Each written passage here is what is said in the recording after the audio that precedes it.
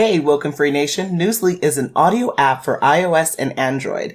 It picks up web articles about the most trending topics on the web at any given moment and reads them to you in a natural human voice. For the first time in the history of the internet, the entire web becomes listenable. Browse articles from topics you choose and start playing. Stop scrolling, start listening. You can follow any topic as specific as you like, from sports, science to Bitcoin, or even one of your favorite celebrities. It will find you the latest articles and read them to you aloud. And they have podcasts as well. Explore trending podcasts from over 50 countries. Our podcast, WokeNFree, is there too. Now let's get into the episode. Hi, it's Natasha. And Khalil. And we are the co-hosts of WokeNFree. Thank you for tuning in to our 238th episode of WokeNFree. If you've been tuning in every week for WokeNFree Wednesday, you know that WokeNFree is all about being real and honest with each other and you. We talk about everything and anything important to us, you, the world, and nothing is off the table. This week, we are discussing something that applies to every single human being on this earth. What are we talking about? We're talking about emotional intelligence. But before we get there, a couple of things to go over. First, have you gone to WokeNFree.com to download the episode through Podbean app? If not, we really want you to do that, because if you have the app, then that's how you're able to add your comments. And every single WokeNFree Wednesday, we want to hear your thoughts on the episode, especially this week's episode. So make sure you do that. Now, for whatever the reason is, if you say, I can't download new apps on whatever device you listen to podcasts on, then a couple of tears will be shed. But all we ask then is you go to WokeNFree.com, you go on the Listen tab, and then you pick your platform of choice where you're going to follow and subscribe to the show. So we're on iTunes, TuneIn, Stitcher, Google Play, YouTube, SoundCloud, iHeartRadio, SoundCloud, I said already, I believe. Yep, SoundCloud, Spotify, Pandora. Oh gosh, we are on Newsly. We are everywhere. So make sure that you do that today. Now, also on WokeNFree.com, you can click subscribe to follow the show. And then on social, you can always find us on Facebook, Instagram, Twitter, YouTube, TikTok, Pinterest, LinkedIn at WokeNFree. And then lastly, if you have 90 seconds, which you do, it's like obvious. No, it isn't. But nonetheless, we would love your support if you go to WokeNFree.com, go on the Listen tab, and then pick your platform of choice where you want to review the show at. So we have really lovely reviews on iTunes. We're on GoodPod, so give us your reviews, share how the show is feeding you. And with that, I'm going to kick it to you, Khalil. Before we start the conversation, we'd like to share a little bit about ourselves. This week, we're asking, would you rather your tongue turn purple or your lips turn blue? More pointless information. Okay, so I guess I would say the tongue, because that's less apparent when you talk. It's not all, I mean, at least for myself, I can't speak for anyone else, but it is not, I don't believe my tongue is showing, versus if my lips were turning blue, I feel like people would think I was endangered. So that seems like Endangered by Italian ices? Possibly, or that I was like fatally dying or something. Oh, really? So, wow. Yeah, that seems weird. What's your answer? My answer is similar. I would choose the tongue, because your tongue, you can hide it. Your lips are blue. That's hard to hide. You'd have to put your lips on the inside. And I think that'd be kind of tough to trick people with that. It'd really be easier to hide your emotional intelligence compared to hiding your blue lips. Nice. Right? Nice segue. That's what I would think. Sloppy as ever, yep.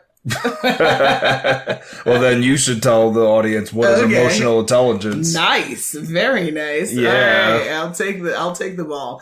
So, according to Psychology Today, emotional intelligence refers to the ability to identify and manage one's own emotions as well as the emotions of others. Emotional intelligence, aka EQ, is generally said to include a few skills, namely emotional awareness, or the ability to identify and name one's own emotions, the ability to harness those emotions and apply them to tasks like thinking and problem solving, and the ability to manage emotions, which includes both regulating one's own emotions when necessary and helping others do the same. So ultimately, I would summarize it as having insight and wisdom and know how to not only address your own emotional state, but also to interact with others and their emotional states. All right. When I think about emotional intelligence, I think that it's when you're smart enough to know the words you speak, they evoke an emotional response from somebody that you're communicating with. True. That's how I think of it as. And, okay. That makes sense. That's my thoughts. So then ultimately, why would you say emotional intelligence is important, and how does it play out in our lives as a whole? According to educba.com, emotions are part of being human, and the EI quotient is the heart of being human. EI helps people to take care of themselves as well as the well-beings of others. And emotionally intelligent people, they could actually inspire and lead others, thus ensuring strong relationships along with enabling them to be successful in their workplace, also in our personal lives. Okay, that makes sense. So ultimately, like with your own perspective in life, whether it's career or personal, where would you say EQ or EI has played the biggest role in your life to date then? Just interacting with people and knowing when to keep my mouth shut. So more family or professional or both? Both. Both. Okay. Yeah. That makes sense. So on positivepsychology.com, if you look at emotional intelligence, they actually break it down into 5 categories: self-awareness, self-regulation, motivation, empathy, and social skills, which is super, super helpful. And all of our links can be found on WokeNFree.com. So make sure you catch that in the episode. So I want you all to make sure you click onto each of those to understand what those different 5 components are. But what I would say for me personally is it's shown up different places. So like different contexts. So within my personal life, I would say EQ from a family perspective has been about understanding culturally that I'm very different, right? Than the... Or EI. It's however you want to. So it's normally called EQ, but you called it EI. But so essentially, it's really about, for me at least in my family, I would say understanding the difference, and that we can agree to disagree, and that people may not speak to me in the way that I particularly enjoy or that I particularly appreciate, and knowing when I have to set up boundaries and adjusting. So professionally, I would say understanding that what leadership means to me and how I have to be able to flex that in order to achieve what I want to achieve with the different types of personalities that I've worked with in my career. And then in a relationship setting, I would say not always having to be right, which is very hard because I definitely enjoy being right, but then also knowing when you have to flex and when you have to make compromises, and you have to also understand, put yourself in the other person's position. So I feel like EQ or EI, however you want to phrase it, it shows up differently in different segments of your life. And so it is important in every segment, because to your point, if you deal with other people, then it's gonna have to be something that you have to keep in mind as you engage and move forward in this world. Okay. Now, what would you say are things that you could do to help improve emotional intelligence? And I bring this up because there was a recent incident with Miss Kim Kardashian, who made a real interesting statement around people not wanting to work, according to her. And I would deem that as a real clear lack of emotional intelligence and just tone deafness, given what's going on with European issues, COVID, I don't know, systemic racism. Like, there's a lot of things going on in this world. And it just seems like it was just a poor statement to be made. But, okay. So then on the educba.com, those 7 ways, I think I can apply it to that exact situation, because number 1, did she actually reflect on her emotions? Did she become self-aware and know that, how was she feeling when she spouted out this statement? I mean, was there some personal reflection going on there? I don't know. Number 2, did she ask for perspective? What we see may not always be true. Hence, it is very important to take feedback from others about our emotional behavior in our workplace. Number 3, observe. When a person is equipped with good self-awareness, they must be able to observe their own emotions. So it's kind of like tying back to number 1. And 4, I think, is a big thing for her. You take a pause for a moment and just, it's very important to cultivate the habit of thinking twice before saying or doing anything, right? This could help well to manage our emotions in the workplace, they state. Number 5, become more empathetic by understanding the why. Very important. It's very important that one must understand the other person's emotions and try to look at the why question behind their emotional behavior. Number 6, choose to learn from criticism. Is it obvious that none of us would like to be criticized? But sometimes we miss out on the constructive criticism because of our ego. When we take the criticism in the right way, then that would help us grow and become a better employee and better human. 7, practice, practice, practice. As the saying goes, practice makes a person perfect. To know the importance of emotional intelligence, one must practice. This is possible when we try to have our control over our emotions in every situation by being patient. So she didn't show that patience, did she? She just kind of like spouted out, like, this is how she feels and people should do this.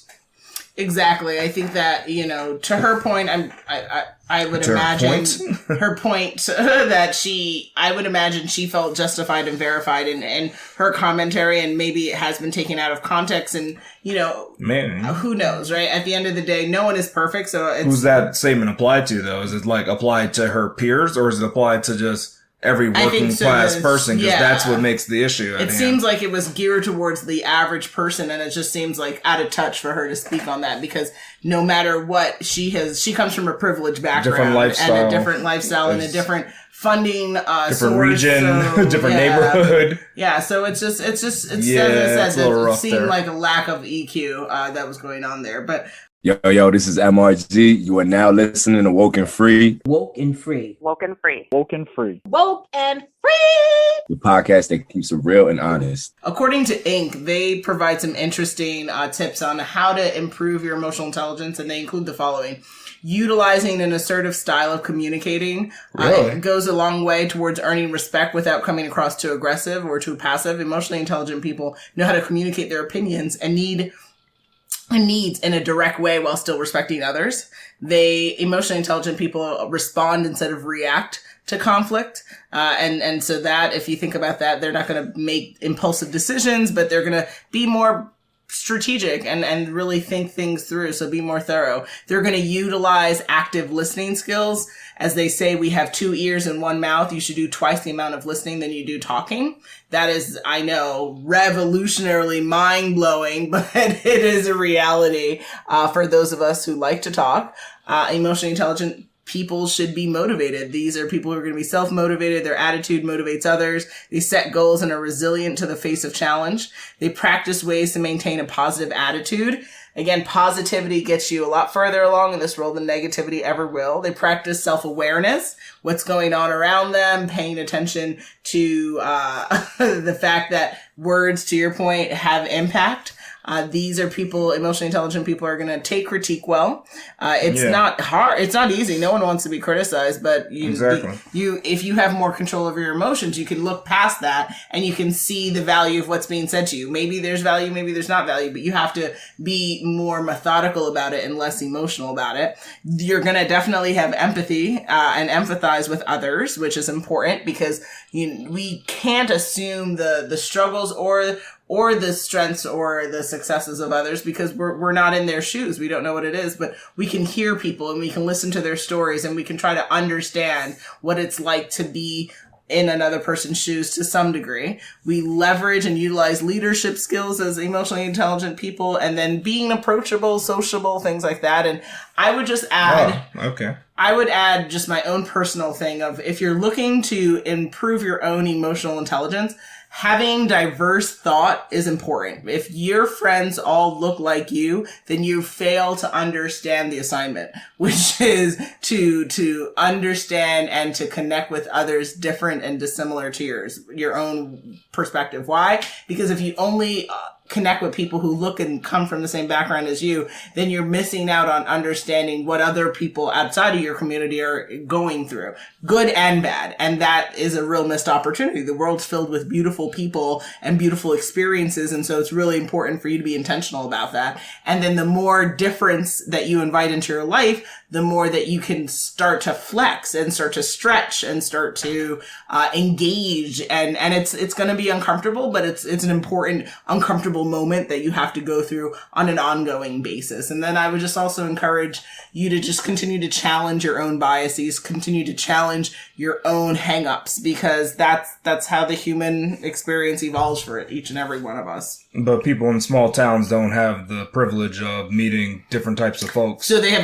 hopefully they have access to the internet, so then they can. Some of them don't have broadband internet. They have slow internet because the government don't subsidize the companies that build out the backbone of the internet There you go. Perfect. Awesome. Okay. Because they actually don't have the internet speeds to get connected like we do. We have the privilege of having broadband wherever we go because we're always near big places. But it doesn't mean that they can't try. They can't, even within that small town. Because you don't realize go to the other side of town where maybe they don't spend time, or go to the library, or just find intentionality. Go to events, go to conferences, I know all of this is a privileged sort of mind. I know, but the point is there's an opportunity to try, and if not, then try to get a grant to implement that in your town. But there's always if there's a will, there's a way. So don't say that it's impossible. I'm not saying it's impossible, but I understand that there's people that they don't have a broad range of friends or a group around them because they're in a small town and they don't have a big access to the outside world, and they're actually living in the USA because the USA is not all interconnected by broadband. The ability to listen to this podcast, this is one new perspective that they can listen to if we don't reflect the same background. That they could listen to this because this doesn't require too much bandwidth. Yeah, but as well as if it was a video podcast, it'd be harder because, like I said, they don't have the broadband in rural areas. Again, you're honing in on the negative and limitations. Flip the script. I'm trying to talk to a smaller group that they don't get to voice their opinions. What you're suggesting, you're not providing solutions. You're just harping on a problem. Solution to them? I mean, man. Because what I'm saying is, in life, no one wants to hear people just give problems. They always, if you want to propose a problem, then you also need to provide a solution. I don't. That's why I don't discuss them, to be honest, because I don't have the solutions for them. Okay, but if you're calling attention to that, this podcast is one resource and available to them. It is, though. Yeah, that is. Leverage available. That. Hopefully their towns have libraries. Hopefully they can, like I said, if that is an issue, then petition their local government and their political advocates, or what is it? Their Congress people? Yeah, they're leaders. Yeah, they're governmental leaders to enact change. But to say that nothing can be done is bull, and you know that. It's not about nothing that can be done. It's just right now they're not in a good spot, is what I would say. Any other thoughts or things you wanted to add when it comes to the conversation of improving emotional intelligence? That it's good to improve your emotional intelligence because otherwise you can end up in fights and nobody wants to get in physical altercations when you could avoid it. That's one of my things. Someone needs to read The Secret soon. No, but that's not for me. I'm talking to these people that have issues because I don't do this. So if people want to become closer to what I am, they can do some of these techniques and then they can reach a level of nirvana similar to mine. Are you suggesting that you're the Yoda of emotional intelligence? You are different beyond words. And you know why I would say that though? Because I'm very, when I'm a driver, I'm very considerate of others. I go by that. There's not more to emotional intelligence than driving, so we're going to keep this train moving. Okay. So yeah, you want to go down this fairy tale road. Yeah, that's your new contribution. This is the rainbow road of success. But we'll go down a different road right now. Here we go, yo. So what's the scenario? It's scenario time, folks. Scenario 1.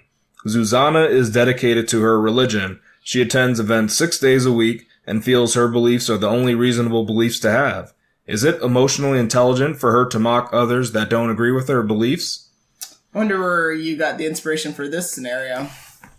That's a good question. I can't even think. I would like to be enlightened, but I have no idea. Okay, well, to address this scenario, I would say life is profound in that there's so many different opportunities to be able to educate yourself and to find communities and spaces that make you feel comforted as well as empowered. And when it comes to religious spaces, I think it is wonderful when people find enlightenment and their aha moments. However, I always have issue, and this is due to emotional intelligence, that the idea that my religion is the right religion, my belief system is the right belief system, and everyone else can either go to hell or are on their way to hell or are damned or ... fill in the blank, however you want to do it. Because to me, that seems like an emotionally intelligently lacking proposition. Beliefs are for you. They are different and apart from facts. So you are entitled to your beliefs, but your beliefs are not warranting the harm or disenfranchisement of others. You have your beliefs. That's great.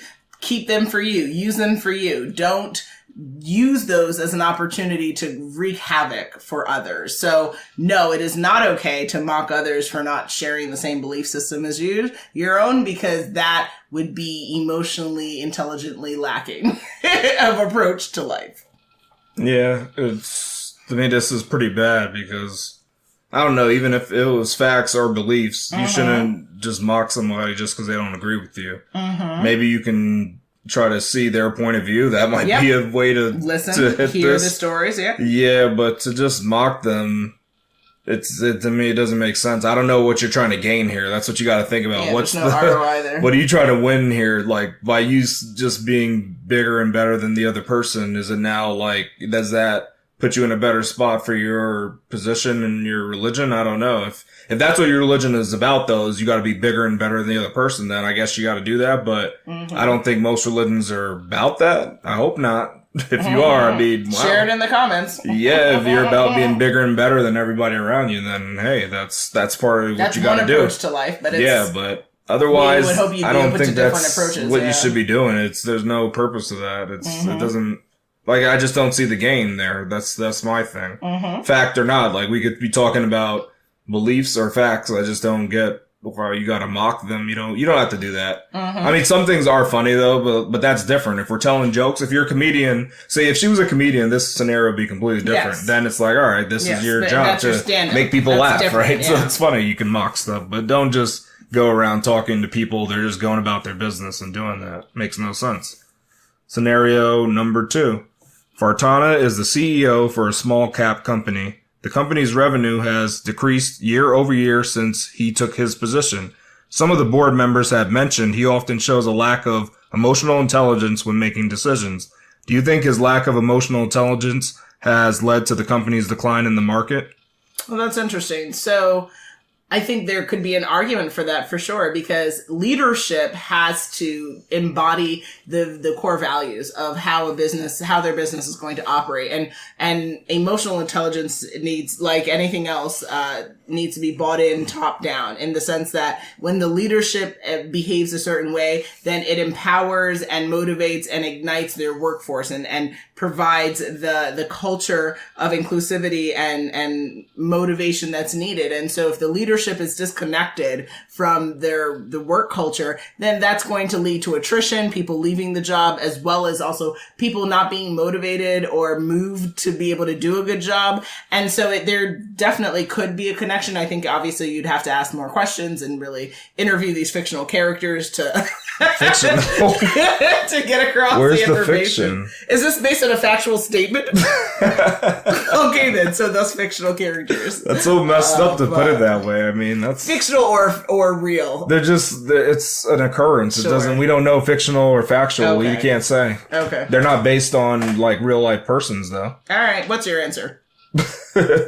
Well, my answer is this scenario, I don't mind if the person themselves are fictional, but this scenario can be a true scenario. So I try to answer it based upon that, not based on if the person's real or not. Yep.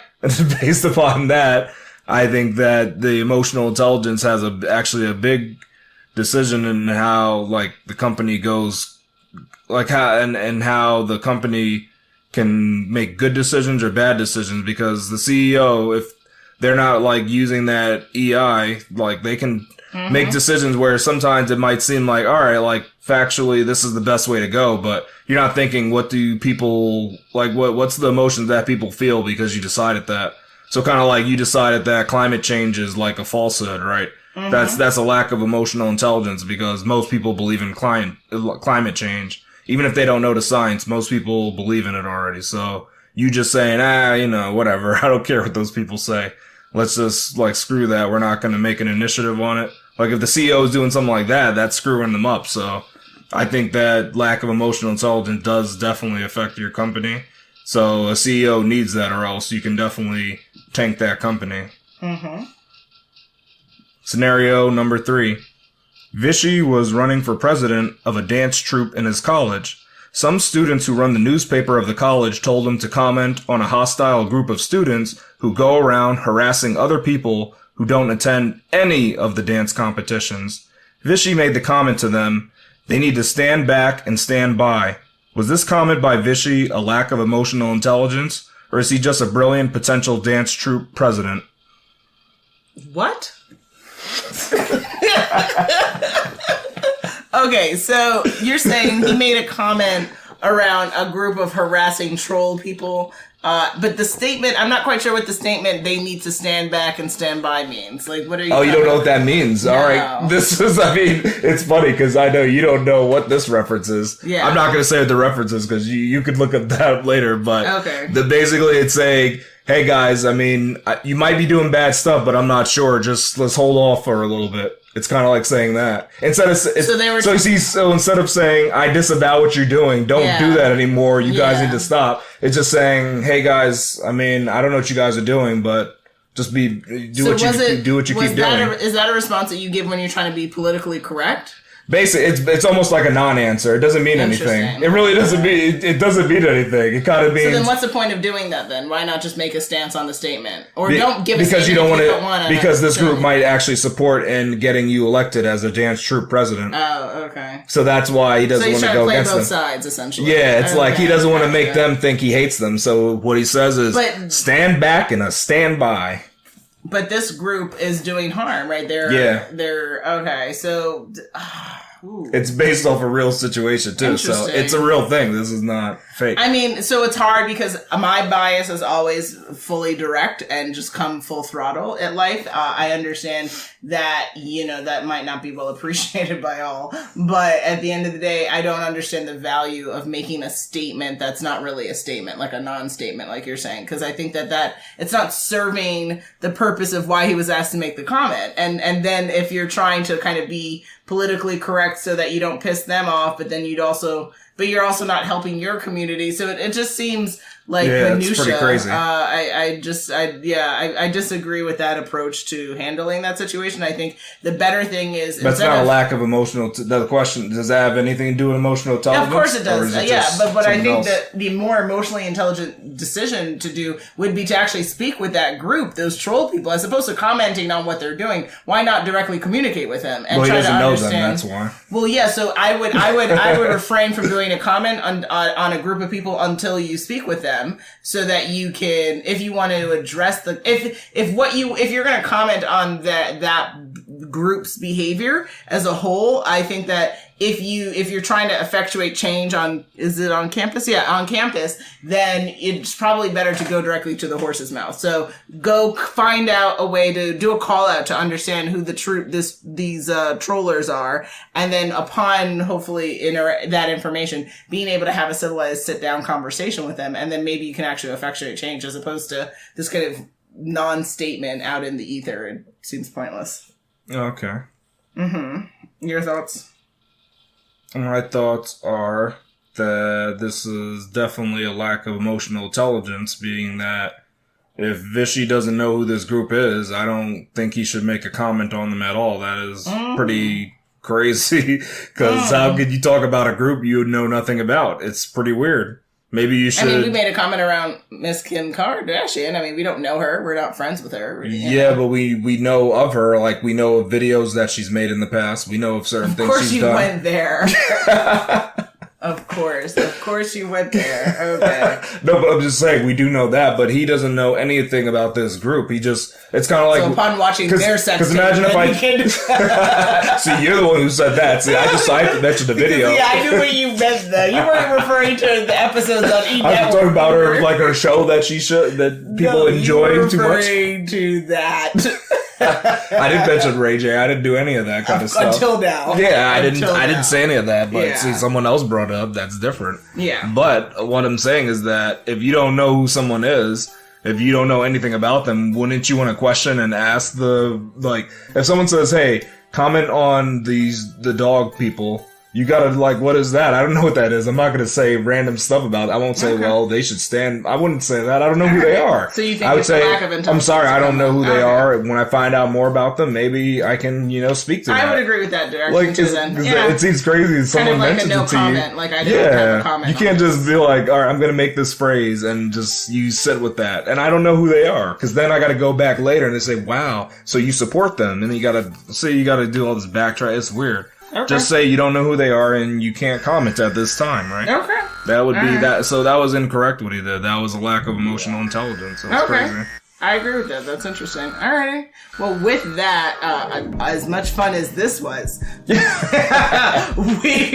are at that time again. It is coming to the end of our 238th episode of WokeNFree. Quite the episode discussing emotional intelligence, EQ or EI, however you want to divide it for yourself. What do folks need to do now, Kabil? Come back next week for the new WokeNFree Wednesday episode. Make sure you follow us on social media to follow along the conversation, and make sure you tune in next week for WokeNFree Wednesday to join the conversation at WokeNFree.com.